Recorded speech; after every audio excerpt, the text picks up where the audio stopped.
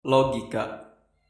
Alkisah, menurut cerita yang terdapat dalam Hasanah Humor Ilmiah, seorang peneliti ingin menemukan apa yang sebenarnya menyebabkan manusia itu mabuk.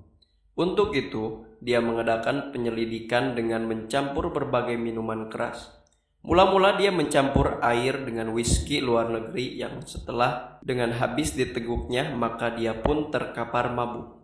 Setelah siuman, dia mencampur air dengan TKW, whisky lokal yang diminum di pinggir jalan sambil menghisap kretek. Tercampur air dengan tuak yang juga seperti kedua campuran terdahulu menyebabkan dia mabuk. Berdasarkan penelitian itu, maka dia menyimpulkan bahwa airlah yang menyebabkan manusia itu mabuk. Benar-benar masuk akal, bukan? Namun, apakah hal itu benar?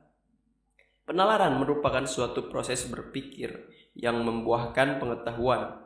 Agar pengetahuan yang dihasilkan penalaran itu mempunyai dasar kebenaran, maka proses berpikir itu harus dilakukan suatu cara tertentu. Suatu penarikan kesimpulan baru dianggap sahih atau valid kalau proses penarikan kesimpulan tersebut dilakukan menurut cara tertentu tersebut.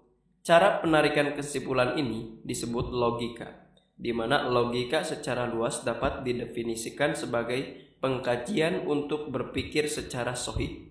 Terdapat bermacam-macam cara penarikan kesimpulan, namun untuk sesuai dengan tujuan studi yang memusatkan diri kepada penalaran ilmiah, kita akan melakukan penelaahan yang seksama hanya terhadap dua jenis cara penarikan kesimpulan, yakni logika induktif dan logika deduktif. Logika induktif erat hubungannya dengan penarikan kesimpulan dari kasus-kasus individual yang nyata menjadi kesimpulan yang bersifat umum. Sedangkan di pihak lain, kita mempunyai logika deduktif yang membantu kita dalam menarik kesimpulan dari hal yang bersifat umum menjadi kasus yang bersifat individual atau khusus.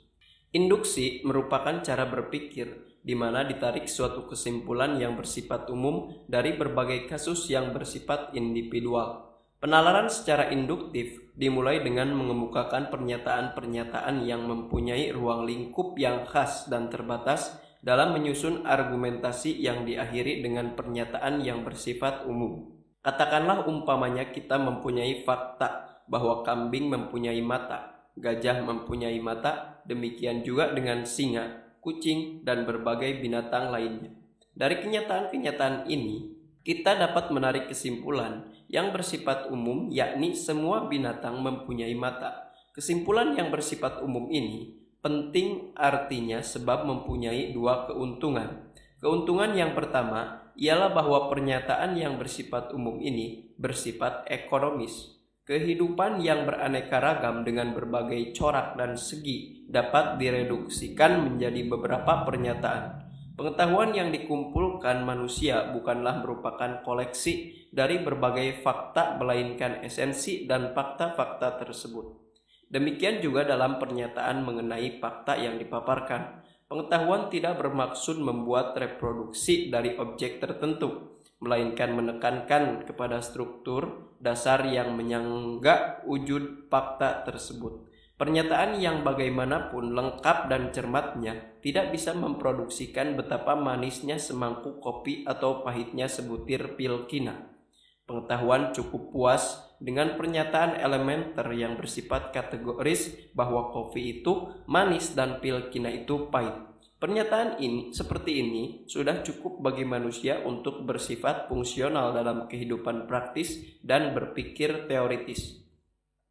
Keuntungan yang kedua dari pernyataan yang bersifat umum adalah dimungkinkan proses penalaran selanjutnya baik secara induktif maupun secara deduktif. Secara induktif, maka dari berbagai pernyataan yang bersifat umum dapat disimpulkan pernyataan yang bersifat lebih umum lagi.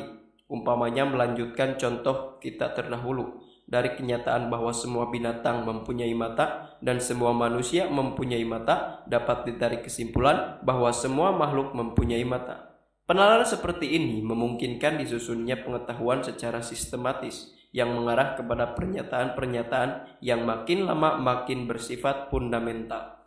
Penalaran deduktif adalah kegiatan berpikir yang sebaliknya dari penalaran induktif.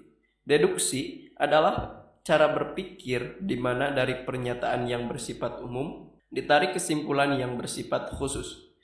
Kesimpulan secara deduktif biasanya mempergunakan pola berpikir yang dinamakan silogisme. Silogismus disusun dari dua buah pernyataan dan sebuah kesimpulan. Pernyataan yang mendukung silogismus ini disebut premis, yang kemudian dapat dibedakan sebagai premis mayor dan premis minor. Kesimpulan merupakan pengetahuan yang didapat dari penalaran deduktif berdasarkan kedua premis tersebut. Dari contoh kita sebelumnya, kita dapat membuat silogismus sebagai berikut. Semua makhluk mempunyai mata. Premis mayor. Si Polan adalah seorang makhluk. Premis minor. Jadi si Polan mempunyai mata. Kesimpulan atau konklusi. Kesimpulan yang diambil bahwa si Polan mempunyai mata adalah sah menurut penalaran deduktif. Sebab kesimpulan ini ditarik secara logis dari dua premis yang mendukungnya. Pertanyaannya, apakah kesimpulan itu benar? Maka hal ini harus dikembalikan kepada kebenaran premis yang mendahuluinya. Sekiranya kedua premis yang mendukungnya adalah benar, maka dapat dipastikan bahwa kesimpulan yang ditariknya juga adalah benar. Mungkin saja kesimpulan itu salah, meskipun kedua premisnya benar, sekiranya cara penarikan kesimpulannya adalah tidak sah.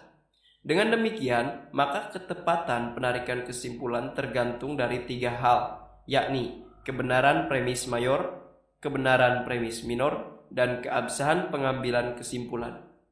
Sekiranya salah satu dari ketiga unsur tersebut pernyataannya tidak dipenuhi, maka kesimpulan yang ditariknya akan salah. Matematika adalah pengetahuan yang disusun secara deduktif.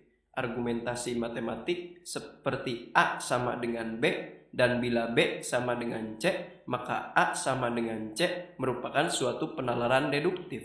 Kesimpulan yang berupa pengetahuan baru bahwa A sama dengan C pada hakikatnya bukan merupakan pengetahuan baru dalam arti yang sebenarnya, melainkan sekedar konsekuensi dari dua pengetahuan yang sudah kita ketahui sebelumnya, yakni bahwa A sama dengan B dan B sama dengan C.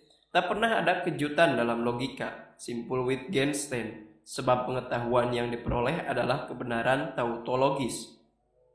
Namun, benarkah ulangan matematika tak pernah menimbulkan surprise? Seperti pernyataan Taufik Ismail dalam sajak Ladang Jagung. Bagaimana kalau bumi bukan bulat, tapi segi empat?